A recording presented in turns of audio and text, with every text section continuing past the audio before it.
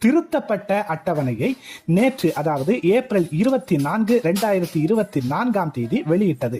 குறிப்பாக அப்போது வெளியிட்டிருந்த அந்த அட்டவணையில குரூப் 2, 2A பதவிகளுக்கான அறிவிப்பு, காலி பணியிடங்கள், தேர்வு திட்டம், தேர்வு தேதி ஆகியவற்றை மாற்றி அமைத்திருக்கிறது.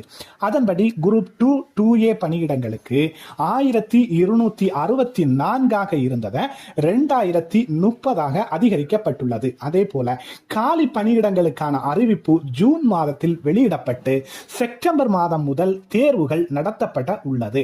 இதற்கு முந்தைய அட்டவணையில் ஆகஸ்ட் மாதம் தேர்வுகள் நடைபெறுவதாக அறிவிக்கப்பட்டிருந்தது குறிப்பிடத்தக்கது.